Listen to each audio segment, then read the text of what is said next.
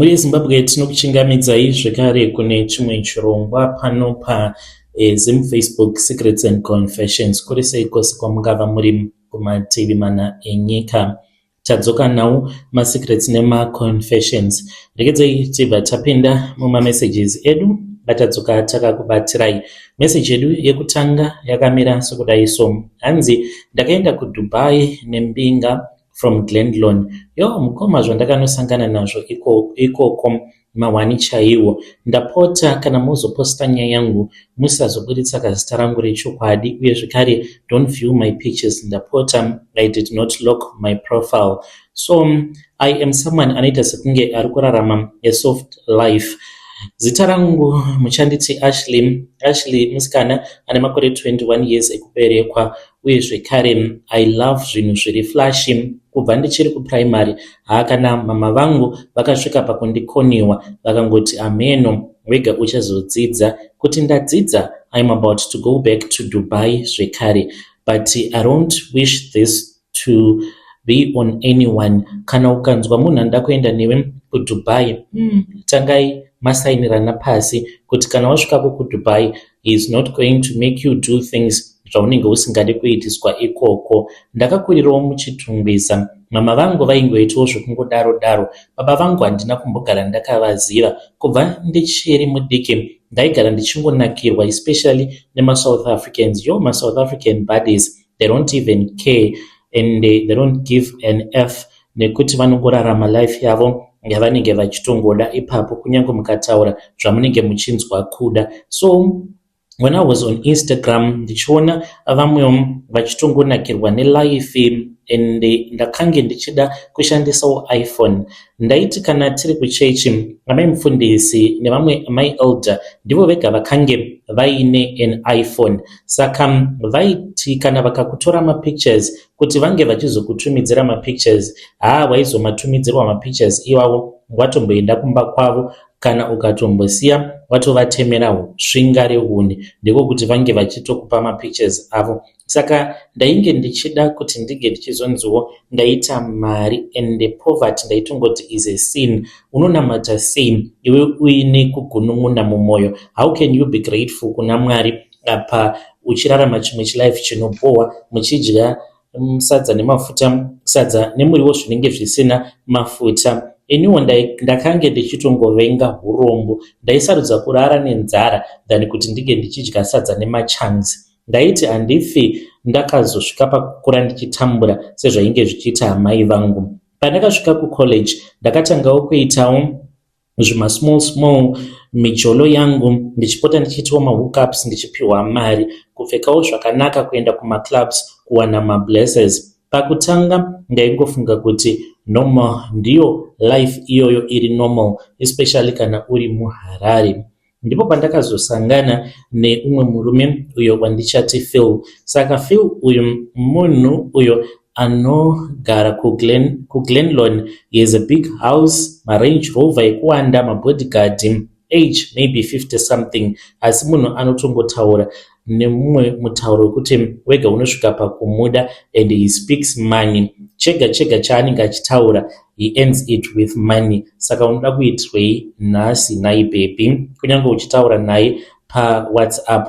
So akasangana neni kune kamwe karestaurant kane kabar this other night neshamwari dzangu. Izvi ndo zvatainge tichiita nemafriends angu. Taiti kana takabroka taienda kumabar and restaurants tobva tano-order guys, taitosacrifice kuti tounganidza ka$50 iwe uyawo neka-15 umwe neka-15, then we go and we chill takagara zvedu. Kunyange tisina mari we'll be pretending as if tinenge tiine mari. Kudya kwacho unenge uchiita kudya kuya kwekutsvinyidzira kuti munonoke kupedza musazodzingwa murestaurant.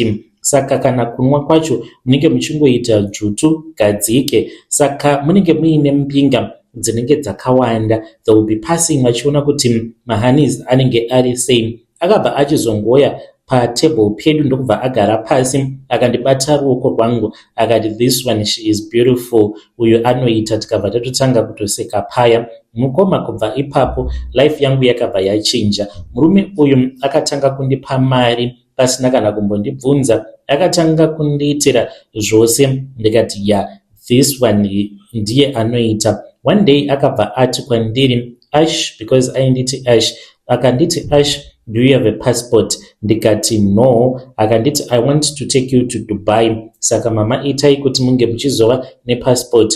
Mukoma ndakaita kunge ndiri kurota. It was my dream kutoendeswawo kuDubai. Saka ndakabva ndachizoenda ndikanoapply passport. By then ndakange ndava kutoposta ma-airport pictures, vanhu vekuchikoro vachitoti iko zvino Ashley wakabata mbinga chayo, kana ndega ndainge ndava neglow yemujolo. So passport yabuda, madates akasvika, ndokubva ndachizoendeswa kuDubai.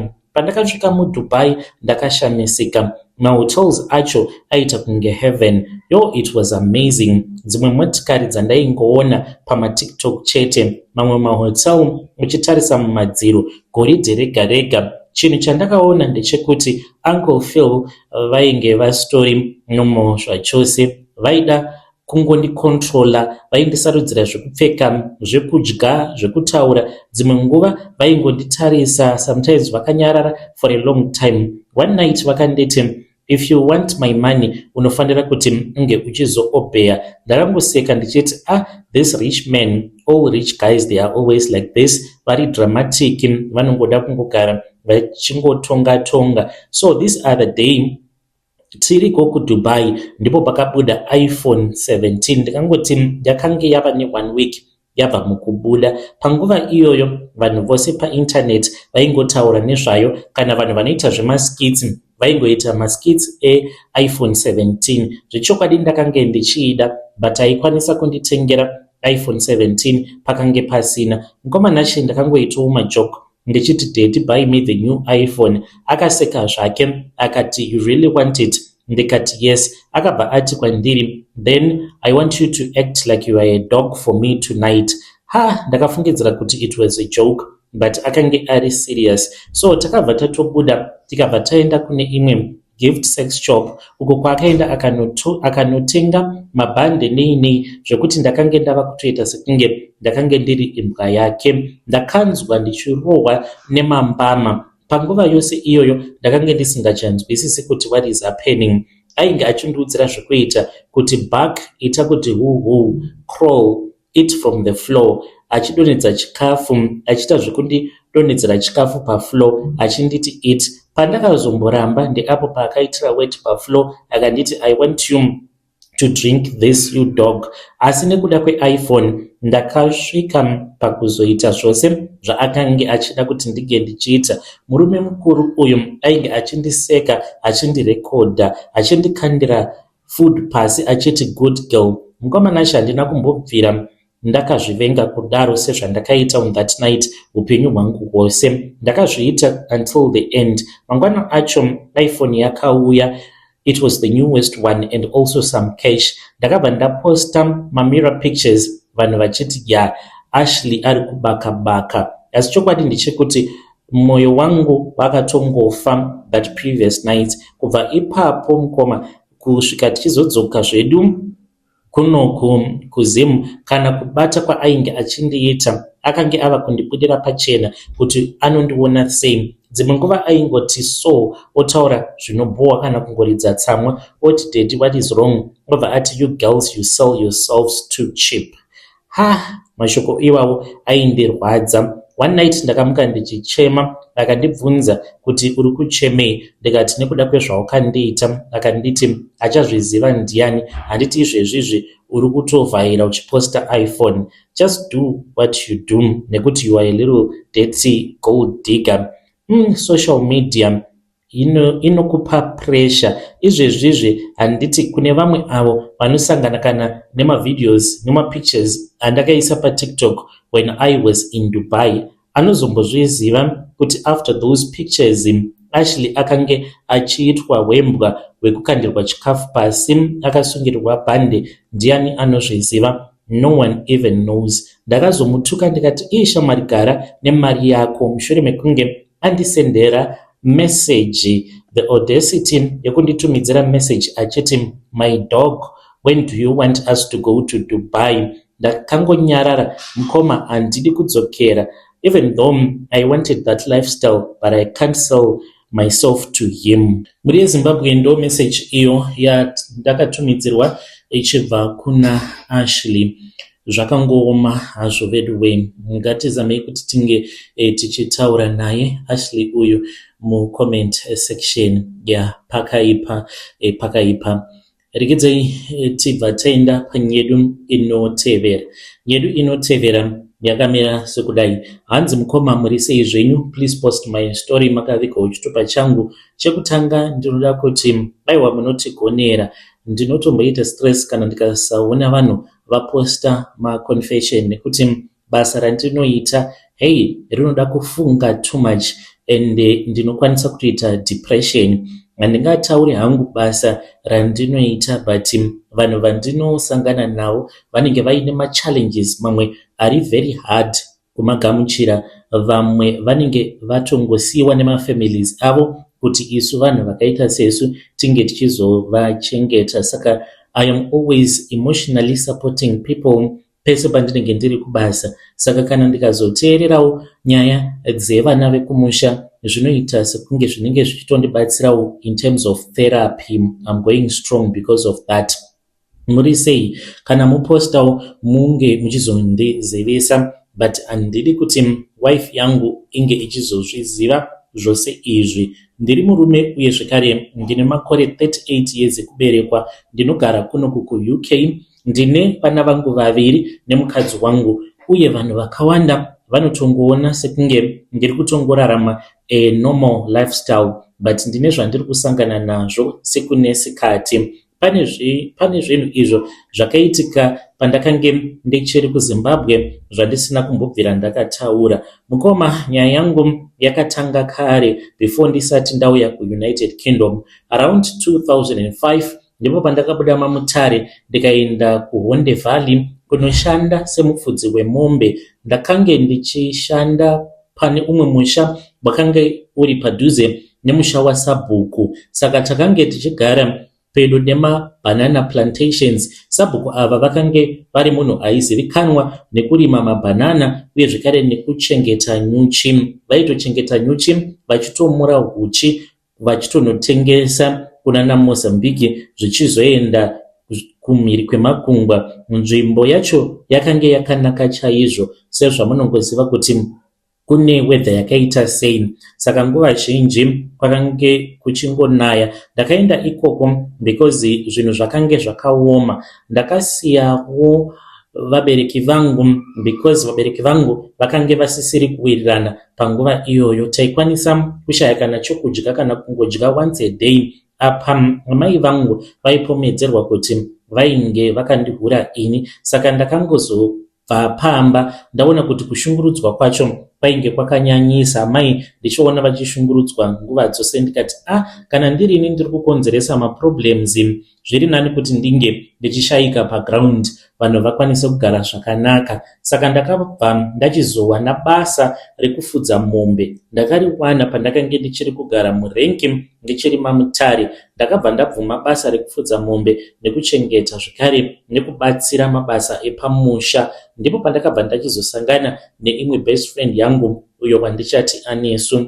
Anesu ndiye akaita kuti ndinge ndichiwana simba rekuramba ndichirarama because ndaiva nenguva dzekuti ndaingotanga kungochema. Takange tiri vanhu vakange vava kuwirirana, taifudza mombe tiri tose and takange tichitongogara mune kamwe kakebhini ako katainge takatongovakirwa kuti tinge tichigara. Taigara padhuze nemunda wemibhanana yakange iri yaSabhuku. Saka ndopataigara ikoko tichibatsirana mabasa edu ose. Saka iye akange ari mukomana akange akarasikirwawo nevabereki vake. Kwavo kumusha kwakange kuri kwaRusape. Vabereki vake vose vakafira muaccident. Baba vake vaitoitawo zvekutodhiraivha matraki. Saka vakange vaine zvipfuwo zvavo. Mushure mekunge vafa vakabva vachizotora zvipfuwo zvose vanabamukuru vake nanababanini vakamusiya achigarapo pamusha nekuda kwenzara akazongosimukawo ndokubva achizongotangawo kungofamba achiita zvehustreet kid. Saka sabhuku ava vakange vari munhu akange aine mari, vaiexpota mabhanana nehuchi South Africa kunana China nekuno kuEurope, asi munharaunda vanhu vainge vachivatya. Dzimwe nguva vaionekwa hanzi vachipinda mumabhanana vasina kana kupfeka, kana kuti vaionekwa vakapfeka zigemenzi reblack vachifamba muminda yavo. Uye zvekare pane vamwe vainge vachiti vainge vachiona kamwe kamunhu kakange kari kadhara kari kapfupi kune avo vaimukira makuseniseni kuti vange vachiendawo kunosakurira kuminda yavo nekurima kuminda, vaizosangana nekamwe kadhara hanzi kachitenderera kachimema mibhanana yaSabhuku. Nekuda kwekuti ivo Sabhuku vakange vari munhu ainge achityiwa, hakuna kana aikwanisa kumbotaura nezvazvo. Nerimwe zuva akandiudza kuti akange akarotesewa hope nababa vake achinzi simuka, nekuti kana ukaramba wakagara pano uchazourawa. Ainge arota achida kupihwa chikafu naSabhuku, ndokubva baba vacho vabva vachizongobudikira vakamuti chisimuka, ndidi kuti urambe wakagara pano. Ndini ndakatomuti trust me, hope dzauri kurota dzingoriwo hope dzechando. Ngomanasha handina kunge ndakatozvinzwisisa kuti chivanhu chiriko. Aitorota baba vake zvechokwadi. Rimwe zuva akazongonyangarika, munhu wose akangofungidzira kuti anesu ainge atiza basa. After mazuva anokwana iwo kuita 2 akazowanikwa akafa close to this other river. Kana uri semutumbi wake, vakamuona vanoti aita sekunge munhu ainge anyura mumvura, because body yake yainge yakaita kututuma nekuzvimba, yakazara nemvura. Asi ndakangoyeuka chinhu chimwe chete, kuti ainge akandiudza hope dzekuti shamwari, ndiri kurota baba vangu vachinditi usagamuchira zvokudya nekuti Sabhuku vari kuda kukuuraya. Mukoma, nhamo yemunhu anenge asiri chinhu pavanhu, vanongoita sekunge vari kuzvirasira zvavo imbwa. Funeral yacho yakangoitwa so quickly. Vana vaSabhuku vamwe vakange vari kunana Harare, kunana Masvingo neBulawayo vakauya kuzomuchema anesu uyu. Sabhuku akabhadhara zvose. Can you imagine? Vakaviga munhu asiri hama yavo vasina kutozivisa hama dzake, nekuti kwakange kuine vanhu vainge vachitoziva hama dzake kuti dzinowanikwa kupi. Ndakatya nekuda kwaizvozvo, because ndakange ndava kungogara muchikebheni chiya ndichiri ndega, ndichingovimbisiwawo nevanhu vandaishandira kuti Sabhuku vakange vari mubishi kutsvaka umwe mukomana. Saka pane rimwe zizi iro raipota richiva romhara pamusoro pechikebheni ichocho. Apa ndiri ndega ndaibva ndanzwa kutya, ndakabva ndatiza ini ndikabva kuHonde Valley ndikabva ndachizoenda kuHarare. Ndakazotanga kutambura mumastreets zvisingaite. This was around 2010. Ndakange ndiri street kid for some time muHarare muCBD. Ndaingorarawo mashop verandas. Ndakazobatsirwa kuenda kuSouth Africa, eventually kuzosvika ndasvika kuno kuUK. Mukomanashe ndakange ndatokanganwa zvose izvi until last year, ndipo pandakatanga kurota anesu. Pakutanga ndaimuona akamira imomo mumunda wemabhanana. Hope idzi dzakaramba dzichingodzoka kwandiri. One dream yakandityisa zvekuti ndakamuka ndichitochema. Mudzimai wangu akandibvunza kuti kochi ndainge ndichichemei. Anesu akauya akange akapfeka hembe idzo dzaaiwanzokufarira kupfeka pose pataibuda tichienda kubasa kunofudza mombe nezvimajombo zvake. Asi fesi yake yaita kunge munhu ainge akaneta. Akabva ati, shamwari, wakandirasisa ende wakazongondisiya ndichiurawa. Ndakabva ndamubvunza ndiri kuhope ndikati, asi wakafa? Akabva ati, ndakafa shamwari, asi ndakazomutswa, handina kuzorora. Mukomana kubva ipapo hope dzacho dzakangotanga kungouya every week. Dzimwe nguva ndaimuona achifudza mombe ari ega, dzimwe nguva ari mumabhanana, but mabhanana awa anenge achiti kana akamatema maoko ake obva azara neropa. Saka hope dzakazondipedza power. This dream happened 2 months ago. Ndakamurota akange akagara pasi pemuti achichema. Ndikabva ndatanga kufamba ndikabva ndaenda kwaainge ari, akati ndakaurayiwa, achidanidzira achida kuti nyika yose inge ichinzwa, achichema achiti ondewe, ndakaurawa naSabhuku. Mukomana acho ndakamuka, hana yangu ichirova, zvekuti kana mukadzi wangu akandibvunza kuti what is going on, handina kumuudza the truth. Dream iyi yakaramba ichingoenderera. Saka iye akangofungidzirawo kuti maybe itrauma, akatondikurudzirawo kuti ndinge ndichipota ndichiendawo kucounseling, because the majority yevanhu avo vandinoshanda navo vanotopota vachienda kutherapy, because zvatinosangana nazvo mumabasa edu atinoshanda zvinotyisa. So this dream yakaramba ichienderera kumberi until this other night, apo pandakamuona Anesu akabva ati kwandiri, ndiri kuitwa chikwambo shamwari.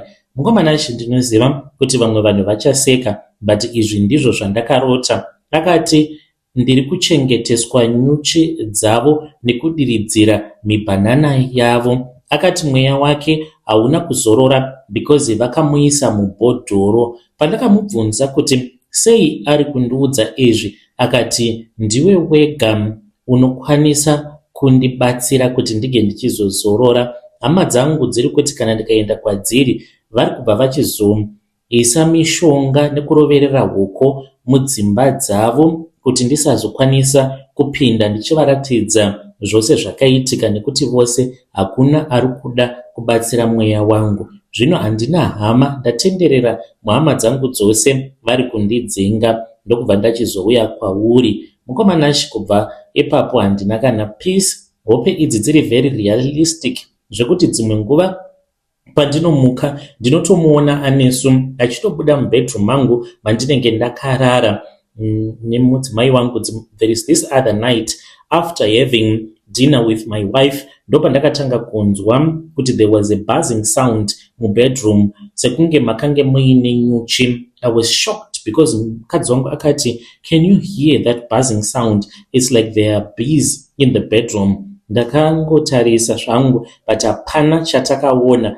My wife iye haasi kutozviziva. Anesu ari kuti izvi zvaari kundiudza kuhope, ari kuti uya kuZimbabwe, kana uya kuZimbabwe kuno kwaHonde kwandakavigirwa, ndichakuratidza pane bhodhoro, ukarivhura ndinenge ndasunungurwa. Mukomana acho handisi munhu anopenga, ndinoshanda a normal job kuno kuUK, ndine family, but hope idzi dzava kutondipengesa. Most terrifying part ndeyekuti muhope dzacho anenge achiti ndikuda kuzorora. Ari kuti kana ukasavhura bhodhoro ndichaitawo kuti vana vako varware, so that unge uchizoenda kun'anga nemukadzi wako ange achizoudzwa kuti ndini ndiri kurwarisa vana vako, ndikuda kuti unge uchindibatsira. Ndakatombotarisa paFacebook ndikasangana nefamily yaSabhuku iya, vakanyanyisa kupfuma zvino. Vane maexport companies, vana vacho vamwe vari kuno kuEurope.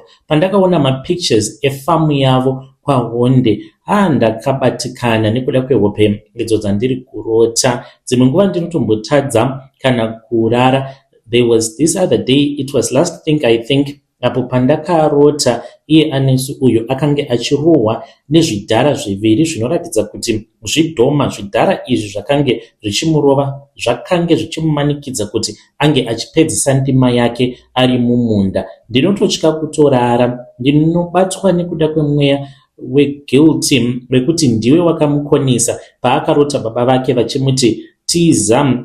Dai hake ndakamusiya apo paainge achida kutiza. Handizivi, ndine trauma yakanyanyisa. Ndichange ndichizotevererawo ndiri mucomment section. Dzimwe nguva mudzimai wangu anototi ndinodanidzira zita randinodanidzira, name hidden, musazotaura zita iroro, because that was his real name. Ndangokuudzai kuti munge muchizo understand. Mukazongoposta muzondizivisa, ndinenge ndiinemi ndiri mucomment section. Muri yeZimbabwe ndo message iyo yandakatumidzirwa ichibva kuna pakaipa mukoma vedu. Ngati zamei kuti tinge tichitaura navo mukoma vedu ava mucomment section. Zvakaoma hazvo vedu we. Zvinoita here kuti vange vachiuya kuZimbabwe voenda ikoko kwaHonde vonobvisa bhodhoro iroro. Hanzi kana ukangorivhura chete bhodhoro iroro mweya wangu unenge watosunungurwa. Ngatimubatsirei mwanakomana uyu mucomment section. Zvakangooma hazvo vedu we. Hanzi anenge achidanidzira achiti Honde we, ndakaurawa naSabhuku, ndakaurawa naSabhuku. Hama dzake anoti kana akaenda kwadziri dzinobva dzamudzinga. Zvakangooma. Pakaipa. Pane imwe message yandakatumidzirwa ichibva kuna Senda, mumwe wemasubscribers edu, uyo muteereri wezvirongwa zvedu ari kuUK. Saka vakarekodha gogo vavo zvakaoma. Hanzi Hesi Nashi, muri sei pano pachannel? Ndinoda kuti munge muchinzwa nyaya iyo yandakaudzwa nagogo vangu, zvinhu zviri kutondityisa nekutondikatyamadza izvo zvandakaudzwa nagogo vangu. Handizivi kuti inhau yekuti gogo vangu vakura here nekuda kwekuti vane dementia, but what surprised me was that pandakaenda ndichinovaona ndichizovarekodha ndichazokuudzai nyaya iyo yavakandiudza, gogo vangu vakange vasingachandirangariri inini, vaingorangarira mwana wangu, muzukuru wavo ndiye ega uyo wavakange vachirangarira. But what surprised even my caregivers avo ndechekuti she called me by my name, vakatoti ndinozviziva kuti uri mwana wangu. Vakazokumbira caregiver kuti ange achimbobuda because vaine zvavainge vachida kundiudza. Saka nyaya yavakandiudza yakamira sekudai. Vakatanga kudemba vakati, mwanangu, ndasarudza iwe because ndiwe watakapa zita ragogo vako, zvinoreva izvo kuti zviri pauri zvihombe. Ndoda kuti ndisati ndafa unge uchizopfugama uchindinamatira, nekuti handisi kuda kuti ndige ndichizoenda kuGehena. Kunyange zvikanzi handina kukodzera kuenda kuparadise, asi ndinoda kuti undikumbirire ndisati ndafa. Kana ndazofa handidi kusangana nevanhu avo vose vandakakanganisira. Mashoko akabuda mumukanwa mavo vakati ivo vauya kunoku vakange vatogara vabata mishonga yakaipa. Vakange vari munhu akange achishanda as a teacher vari kuZimbabwe. Pachikoro pavainge vachiticha ipapo, vanoti chikoro chacho chakange chiri kumaruzevha, then ndo pavakabva vachizogadzirwa noumwe mukadzi aigarawo kumaruzevha ikoko kuti ange achivarapa. Akavapa ultimatum yekuti unofanira kuti unge uchizova muroyi. Vakatemererwa nyora dzehuroyi nekuti vaizviidza munhu anonamata stereki. Vakabva varatidzwa masimba ekuti varoyi vanogona kutoita simba kutodarika munhu anonamata. Vauya kuno vakati ivo vakazotanga kuita mabasa ekuroya kubva gore ravakauya kuno. Isu takakurirawo muno muUK.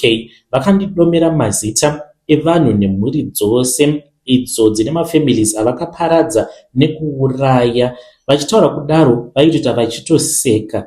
Vaiti kana vaseka vobva vabata muromo wavo nobva vati handisirini ndanga ndichiseka, ishavi reuroyi ranga richiseka. Saka pavakandiudza nyaya iyi ndakabatikana kwazvo. Zvino vari kuti ndinofanira kuti ndinge ndichivanamatira nekuti hanzi ndava pedyo nekufa ende chindinamatira nekuti handidi kuti Mwari vange vachizonditonga nemutongo wakaomarara. Ipapo ndichitochema ndakabva ndavaudza kuti vange vachigamuchira Ishe Jesu semuponesi wavo zvekare. Pakaita sekunge pakange paine chinhu chainge chabata shaya dzavo, vakatadza kana kutaura. Izvi zvakaitika kweabout 5 minutes ndopavakabva vangoti zii, ndokubva vandibvunza kuti iwe ndiwe ani. Dementia iya yakange yadzoka. To this day dementia ndo ichiri kushanda pavari. Havachandirangariri, but mwana wangu musikana vanomurangarira. Saka kunamata ndiri kunamata. Handizivi mukomanashi if she is just playing games with me kana kuti ndo zvaingoriwo dementia yacho, kuti vanombopota vachitaura zvinhu zvekunyepa vachitoziva kutoti zvinhu zvekunyepa. Ipapo vachitaura kana ivo pachezvavo vaitotyisa kana chiso chavo ndakange ndisingakwanisi kutarisana navo mumaziso. Mhuri yeZimbabwe ndo meseji iyo yandakatumidzirwa ichibva kuna vanzvadzi vedu, ngatitaurei navo mucomment section. Ndakanzi ndinamatire mwanangu nekuti vanhu vandakauraya vakawanda. Ndiri kutya kuti kana ndikangofa ndinosangana navo vozotanga kundishungurudza. Ngatitaurei navo mucomment section.